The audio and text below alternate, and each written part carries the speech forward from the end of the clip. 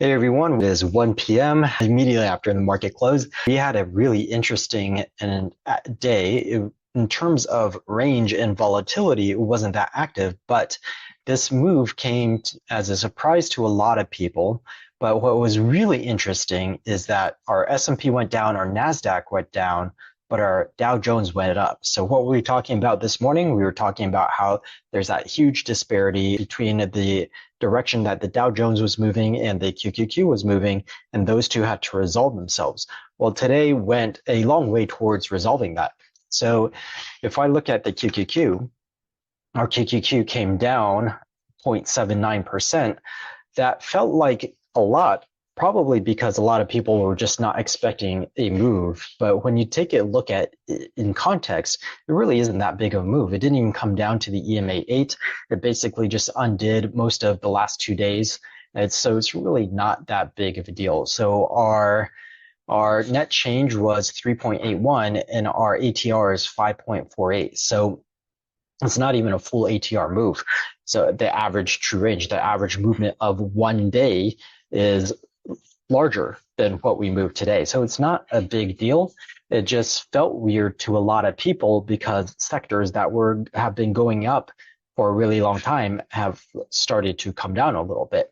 So this NASDAQ came down 0.79%. And if we look at the Dow Jones, we are up 0.76%, almost just as much as the NASDAQ came down. So what we want to see is, did money actually move from NASDAQ into the Dow Jones? If it did, then that is kind of a healthy move. That's sort of what we were talking about, that we were looking for as a healthy move going forward. If this continues into the next week, then that's really positive news.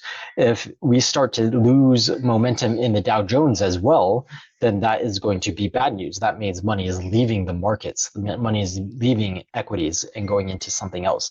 So that's definitely not something that we want to see, because that would be a breakdown in the markets. What is important though, if we look at the volume right here, it's still below average in the Dow Jones. It is below average on the QQQ, and it is below average on the S&P. It may look a little bit more normal in a few minutes after we get that dark pool, but so we'll look at it again. But at best, it's going to be at average. It's not going to be very high. So again, we're not going to get too excited. These moves downwards, they're not that big, down 0.28%. The market isn't falling apart. All we did was get a little bit of a correction and a little bit of money movement. If I look at SMH, this is where a lot of the majority of the money came out, 2.84%, down 7.85. The ATR at the moment is 6.49. So this is a larger than one ATR movement in a single day. And you can see that the volume was quite large over here also. So there was a lot of profit taking on NVIDIA in particular. But again, this is not even to the EMA 8. So this is not a serious pullback. This is just par for the course. This is like going from here to here. It's just really not that big of a deal. I know it feels like a big deal to a lot of people. I got a few messages asking me some questions, and it may feel larger if your portfolio was balanced in such a way where you were short certain sectors and long certain sectors. So if you were long the tech sector and you were short for any of the blue chip sectors, then you really felt it today, because your longs went against you and your shorts went against you. And if you had paired them up that way, then both, instead of protecting you, they both went against you. So instead of being neutral, you had a larger than normal downside day. So, and that's definitely the case in one of our portfolios. But if we look at the longer term view, if you just step back a little bit, you forget about your P&L, you forget about your position, you just look at the markets and you say, oh, this is nothing. This is just this is so normal. It's so normal. Just so normal for us to just kind of have this little down day that really is just sideways movement. Down day, sideways movement, down day, sideways movement, down day, sideways movement. It's okay. This is 100% normal. So nothing has changed. We're still neutral on the markets. And if you happen to be in the position, like in one of our portfolios, I am, the XL, you're long a tech and then short some more blue chippy type of stocks, then just wait for normal. Just wait for things to resume. The, the situation hasn't changed. It's just that you just got a day where everything happened to go against you as it was reverting to the mean. The SPY reverting to the mean, QQQ reverting to the mean, SMH reverting to the mean, NVIDIA reverting to the mean. So really, that's all it is, reverting to the mean. And once we hit the mean, our expectation is to bounce and move away from the mean. Let's look at the Dow Jones again. You see, all it did was, all its averages are just right in the middle. So really just chopping across the means right now. And so this isn't a breakout upwards yet. It could turn into one if we get another green day, one or two more green days. But so far, this is just chopping across the moving averages. So right now, so far, there's nothing to get excited about. Tomorrow, we have quadruple witching, so there will be a lot more volatility. There will be a lot more of this crisscross. We may get a little bit of directionality, but for the most part, portfolio managers are going to be busy getting into new positions and getting rid of expiring positions. So, and then rebalancing portfolios, because most portfolio managers are not 100% options. There's not that many funds that carry 100% options. So they have to balance out their equity positions with their options positions. And then if you are a more traditional fund, then your options are there as insurance, really. So you need to size your options based on your stock position. And so really we're just going to be doing a lot of jiggling around and balancing everything out going into the next quarter and to the next expiration. So remember, this is quadruple witching, so we include the quarter expirations, and anything that is on a longer term basis is going to need to be rebalanced as well. So for the most part, we will expect higher volume tomorrow, if only because of all of that rebalancing, but not necessarily a lot of direction or a lot of movement. Could be wrong, could be surprised. It could be the start of some programmatic buying or selling by institutions or by Wall Street. I would expect that more on Monday or Tuesday, but it could start happening tomorrow. If a portfolio manager can manage to say, hey, I'm going to start my program and try, like maybe I take advantage of the fact that I have some things expiring and I don't want to put the full position back on, so I might as well let go of a portion of my stocks that I plan to let go anyways. And that would be the beginning of my program selling. That is possible, but that's a lot of math. You got it. You're leaning heavily on your analyst team and on your associates, on your trade assistants in order to get you the accurate data in time. And if you're managing hundreds and hundreds of millions of dollars or billions of dollars, chances are your team is just too busy for you to make that type of move. So you wait until they're more quiet, they don't have so many things on their plate, and then you start next week instead of tomorrow when everyone's going to be scrambling around with a whole bunch of reports running back and forth and trying to just get the position balanced instead of starting your program on that day. Most portfolio managers just won't do it because they don't want to overload their teams and risk mistakes. Yeah. So I'm not going to expect it until next week. Let's take a look at how bonds did. So we did gap back down, go a little bit higher. The market just doesn't want to get the memo. They're just still enamored with that social media image of what's going on and not willing to take a look at what's really happening. Let's see if this popped up above 10%. Nope, still the same 10.3%. So we're just going to wait very patiently for this to creep back down towards zero. The sectors, other than moving out of SMH and into some of the industrials, let's look more specifically at what sectors got attention.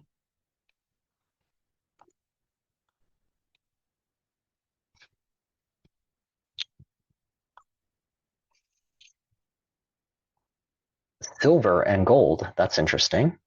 So that is money, a little bit of money leaving the markets. We've got energies getting attention. That is interesting. So energies did bounce off of that MA200 and a very close to a horizontal over here. So if I pop up that volume profile, we'll probably see a pocket right there. Or a little lower. Yeah, it's more in this sideways region. So we didn't quite reach it.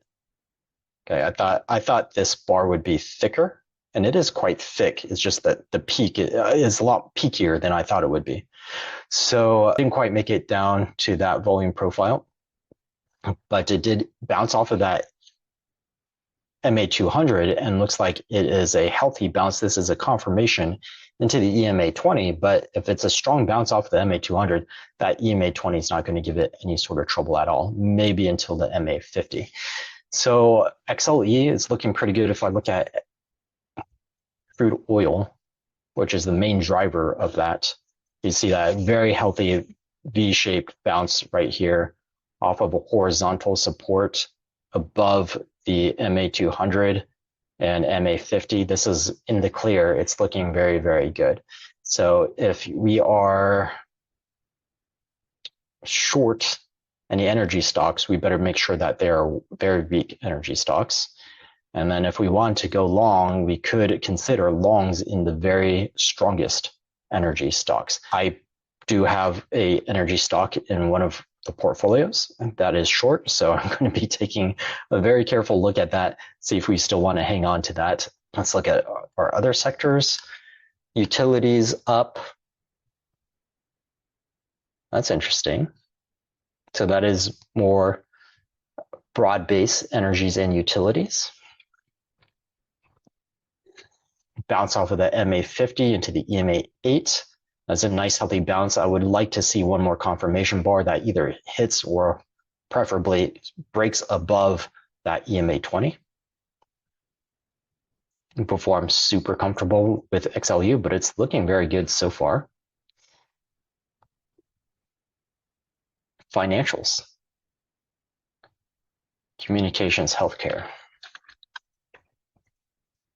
Okay, nice little cross back above all these moving averages. I would want to see it go above this 41.75 or 42 area before I got really comfortable with financials, because really it is kind of trapped in this range right here. So I'm not too excited about financials until we get above at least this 42 level, maybe even 42 and a half.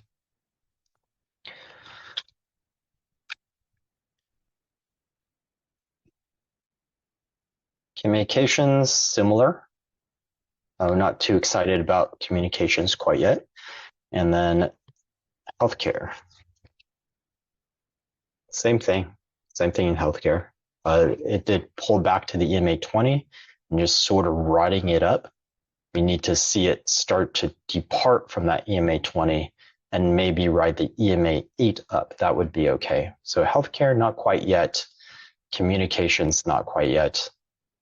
And then that was our 0.36. So insignificant right there. How much did our SPY change? Actually, SPY was down 0.27. Okay. So we got in up 0.3 in healthcare, 0.2 in defense, 0.11 in materials. It's just not enough for me to say that the movement was significant. These are random.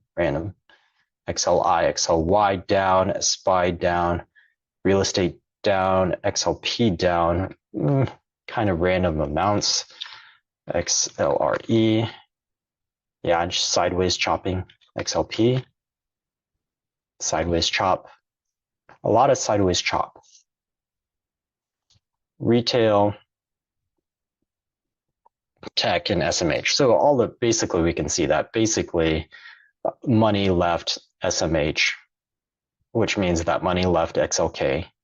Money also left home builders and a little bit in retail. So risk off, money getting spread into less risky areas. We do see money leaving the market going into gold and silver. If that keeps on happening, and we see money leaving the stock markets and going to things like bonds or the gold, silver, Bitcoin, anything that is commodities, dollar or currencies. And if we see more of that, then this will not be just a little blip or a little pullback. It'll be a more significant pullback back down to the EMA or the MA50, and then we'll see. Anything beyond the MA50 is too premature to talk about. So potentially, if we see a broader based money leaving the markets completely and not just a sector rotation, then we could see it bleed back down to the MA50 or beyond.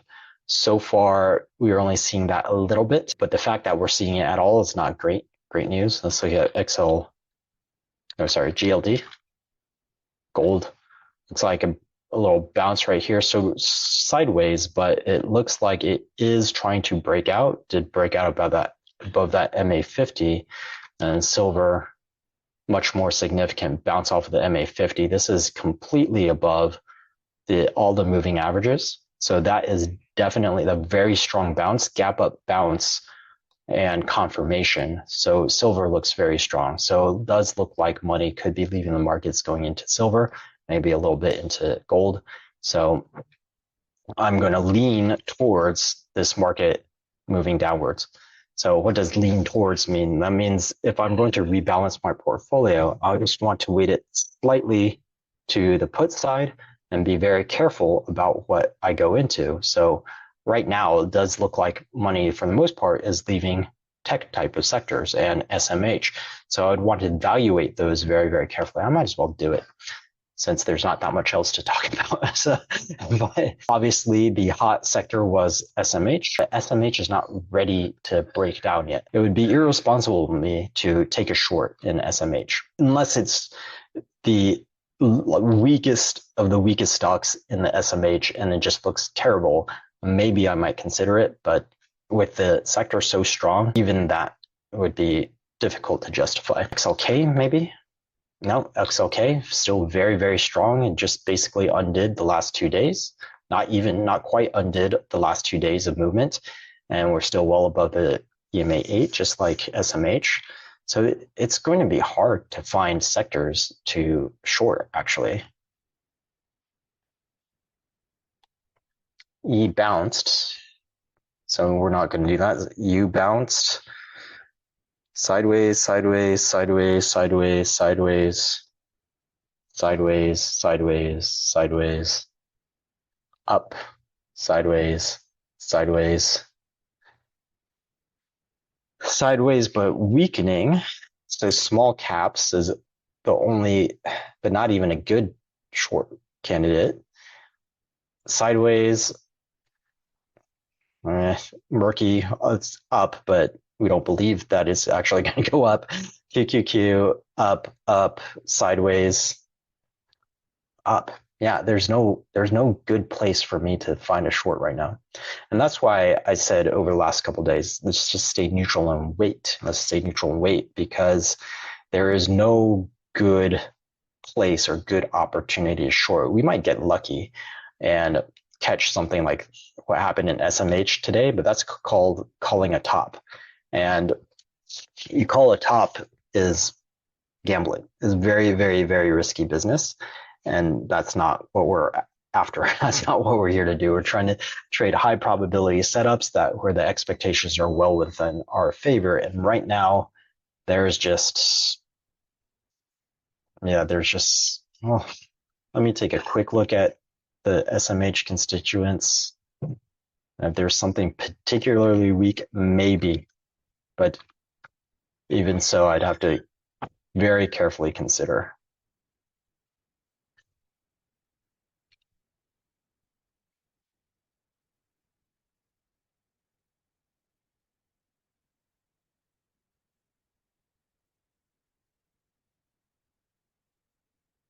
So uptrend, uptrend, uptrend, uptrend, uptrend. Everything's just kind of pulling back to their EMA 8 or not even quite to their EMA 8. Same with that one, same with that one, same with that one, same with that one, same with this one, same with this one.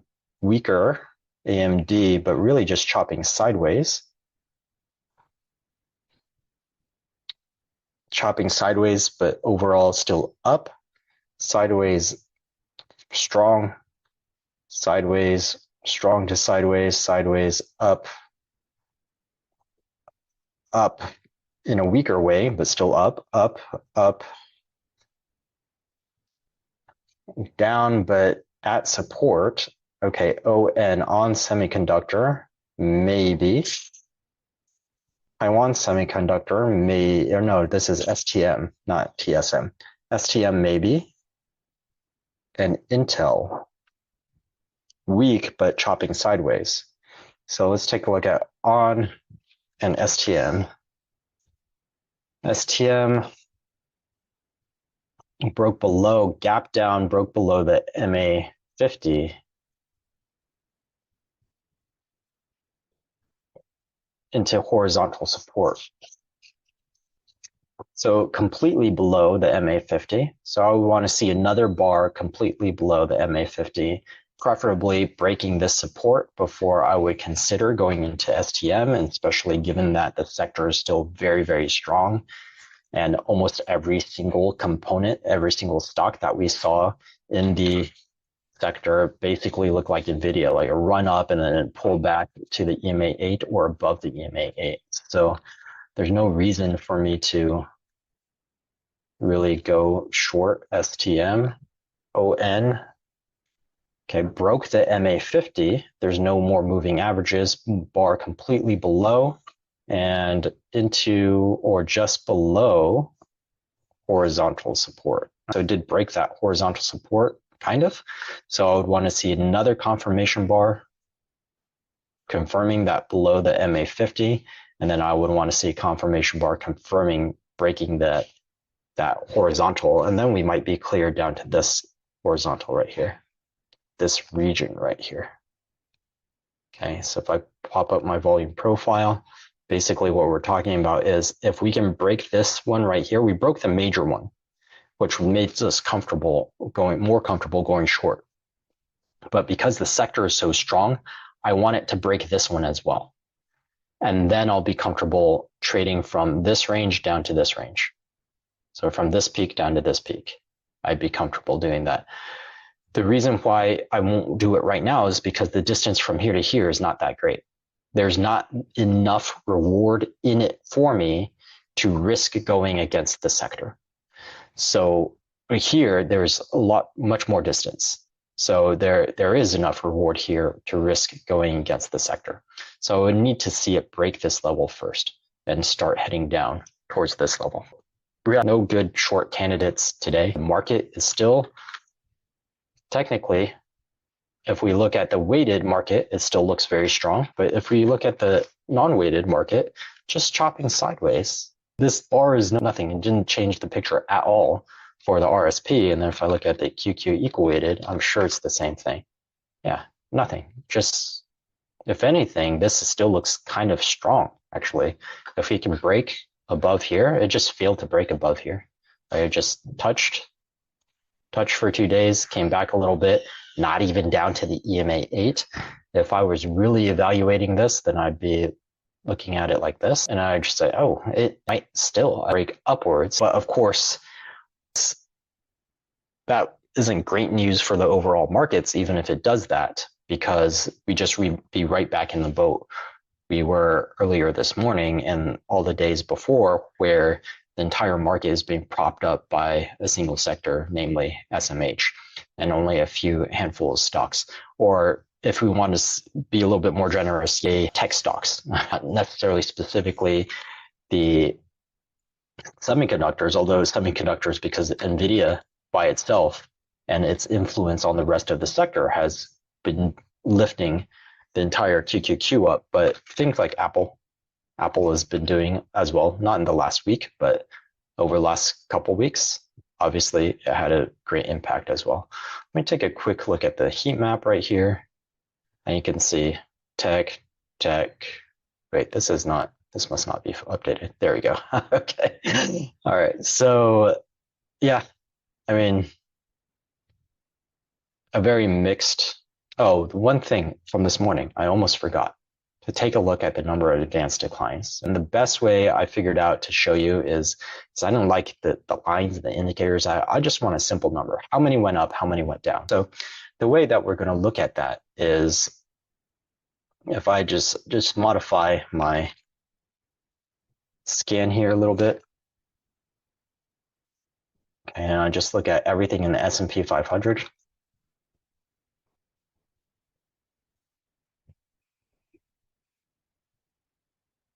And then, okay, if I do that, I should get roughly 500 results.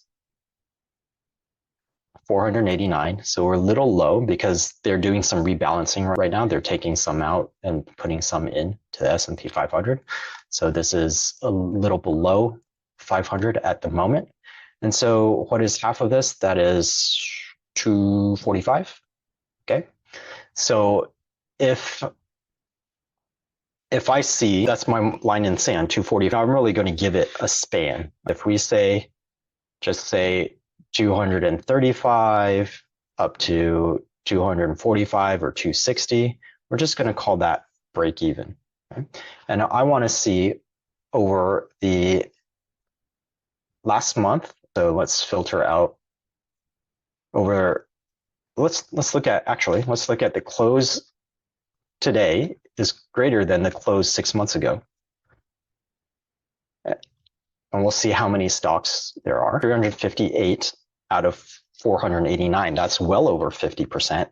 That's healthy. That's a healthy move from 6 months ago. 6 months ago was basically the beginning of the year. That's a healthy move. And so we went up in the market, and we have significantly more stocks that went up than either broke even or went down. So that is good. That's a good sign. Now let's take a look in the last 3 months.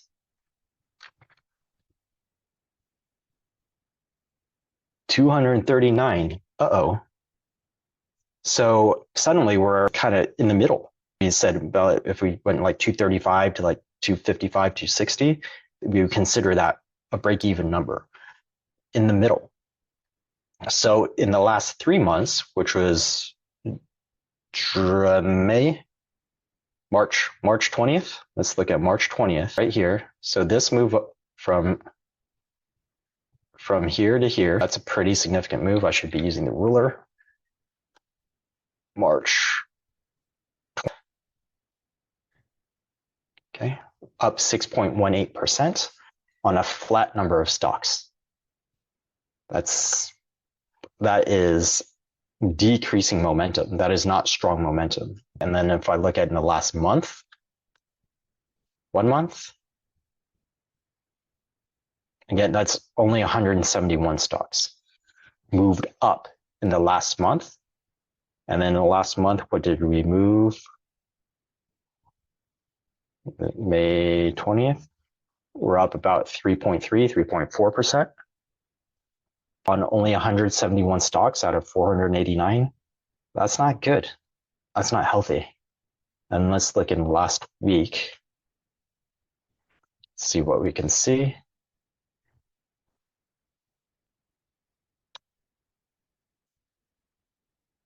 $265, flat number.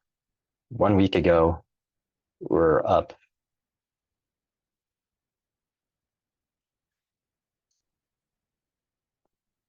A little over 1%.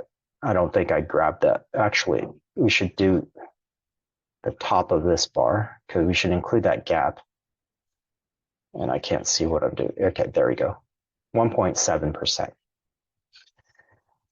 So it's just this market cannot keep doing this. There has to be some resolution. Just like today, we had at least a move towards resolution between the NASDAQ and the Dow Jones. We need to have this resolution where we start to get a significant number of stocks advancing, or we start breaking down in the market. Let's see, just out of curiosity, today the market, the SPY is down. So do we have a great number of stocks that went down, or was it just the big market cap stocks? So let's say today, yesterday.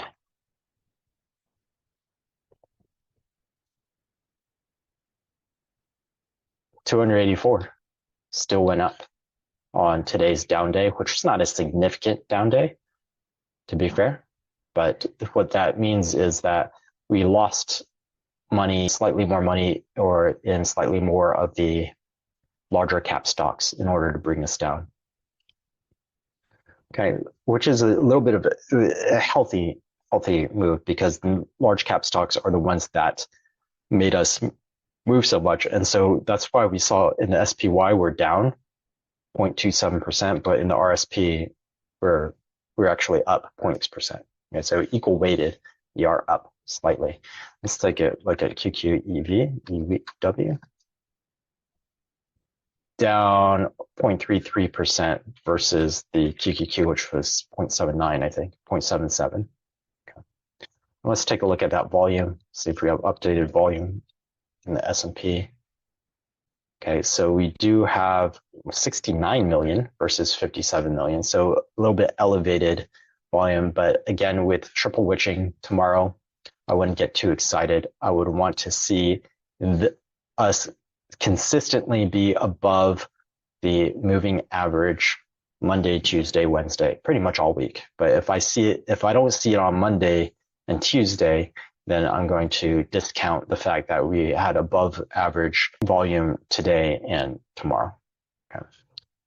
So I think we're getting a pretty clear picture here that it does seem like the market is starting to balance itself a little bit just based on today. If we continue doing this, then that's healthy for the market, unless money leaves the stock market altogether and starts going to gold and silver and bonds and cash and whatnot.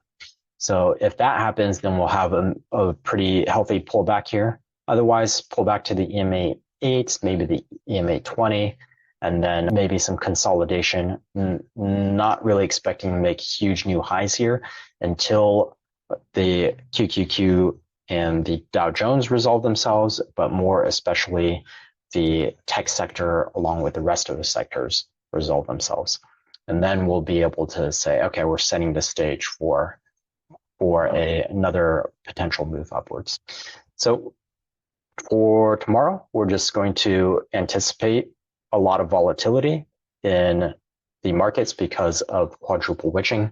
We're going to be very, very careful. I wouldn't make any big moves tomorrow, especially in the first couple hours and the last couple of hours of the markets.